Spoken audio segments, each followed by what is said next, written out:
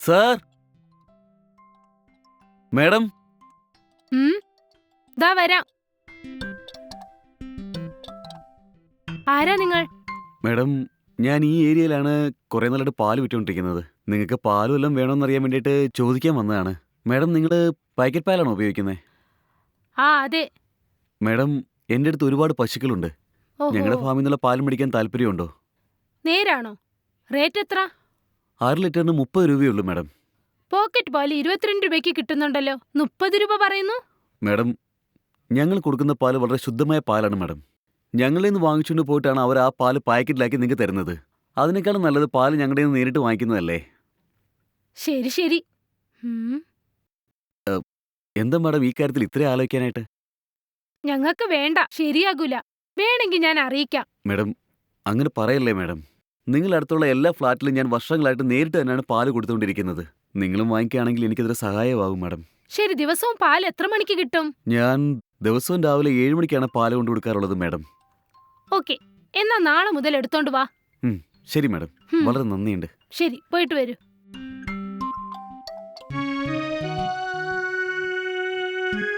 Madam, madam.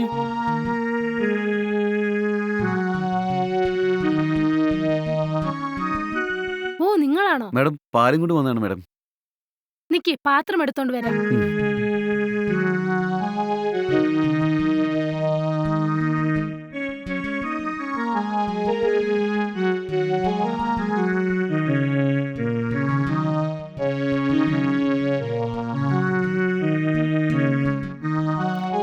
നിക്ക്, കാശ് എടുത്തോണ്ട് വരാം.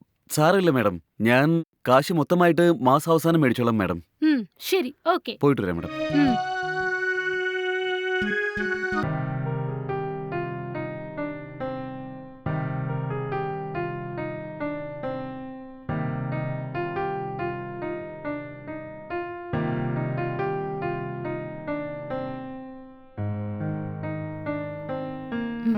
എന്താ ഇങ്ങനെ ഇരിക്കുന്നേ?